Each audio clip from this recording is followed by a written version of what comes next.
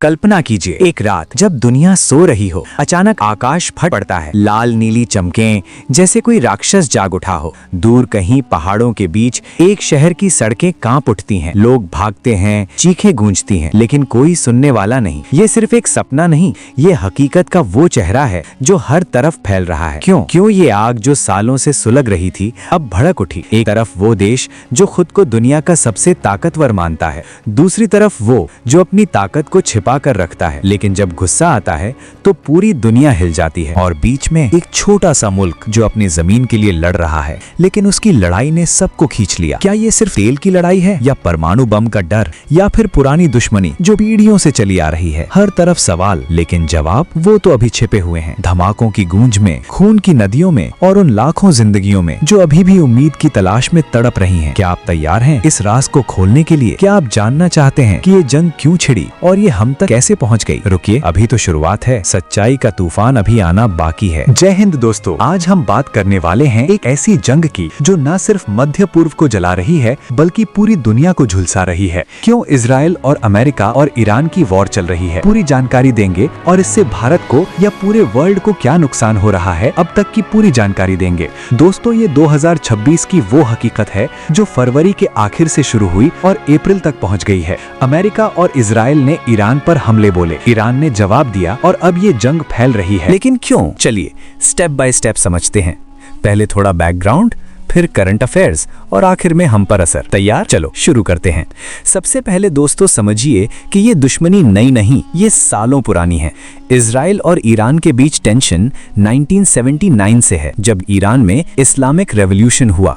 तब से Iran Israel को छोटा शैतान कहता आया और अमेरिका को बड़ा शैतान। क्यों? क्योंकि इजराइल को अमेरिका का पूरा सपोर्ट मिलता है, हथियार, पैसा, सब।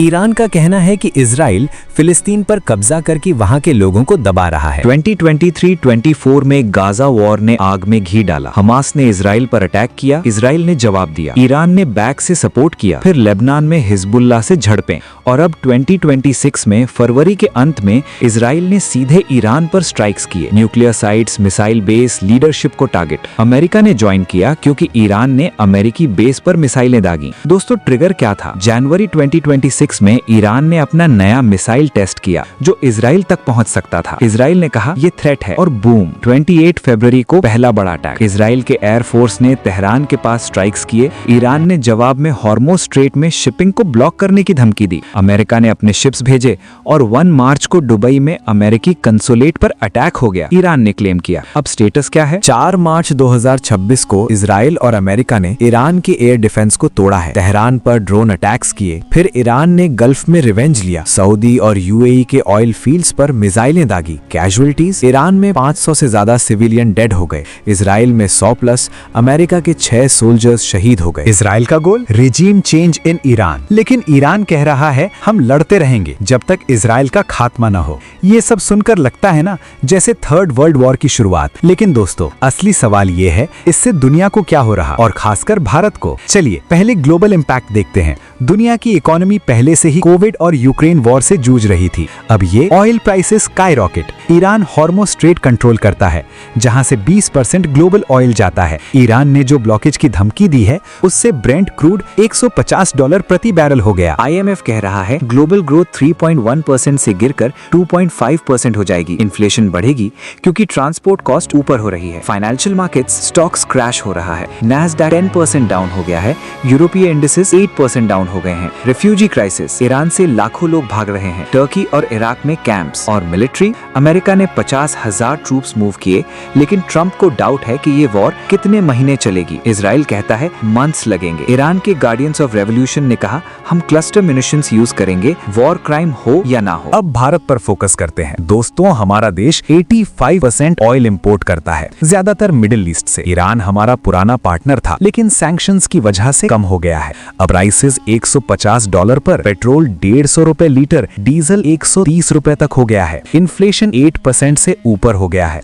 आरबीआई को रेट्स बढ़ाने पड़ेंगे। ग्रोथ 7% से 6% पर आ सकती है। ट्रेड, हमारा export textiles, jewellery gulf countries को जाता है। शिपिंग डिले हो रहा है। फ्रेट कॉस्ट 30% अप हो गई है। रेमिटेंसेस, 3 करोड़ इंडियंस गल्फ में काम करते हैं। अब जॉब्स खतरे में है। $80 बिलियन सालाना कम होने वाला है। बीएमआई रिपोर्ट कहती है कि इन्वेस्टमेंट डिस्करेज, एफआईआईज भाग रहे हैं। सेंसेक्स 5% डाउन होगा। और जियोपॉलिटिक्स, भारत नॉन अलाइंड है। मोदी जी ने इजराइल से डिफेंस डील्स की हैं। ईरान से चाबहार पोर्ट, अमेरिका से क्वाड, लेकिन अब ईरान अगर ब्लॉक करे तो हमारी एनर्जी सिक्योरिटी खतरे में है। प्लस अगर वॉर फैले तो तालिबान या पाकिस्तान जैसा कुछ हो सकता है। बॉर्डर पर टेंशन है। दोस्तों, अभी तो आधी कहानी बाकी है, लेकिन पहले अगर ये जानकारी आपको पसंद आ रही है, इतिहास से लेकर आज की खबरें और भारत पर असर, तो चैनल को सब्सक्राइब करो, बेल आइकन दबाओ ताकि हर नई वीडियो का नोटिफिकेशन आपको सबसे पहले मिले। आपका एक सब्सक्राइब हमारी मोटिवेशन है। चलो अब आगे बढ़ते हैं। अब डिटेल में भारत के नुकसान देखते हैं। दोस्तों, मैंने खुद देखा है। मेरे एक दोस्त का भाई दुबई में काम करता है। कल ही कॉल आया, भाई यहाँ टेंशन है,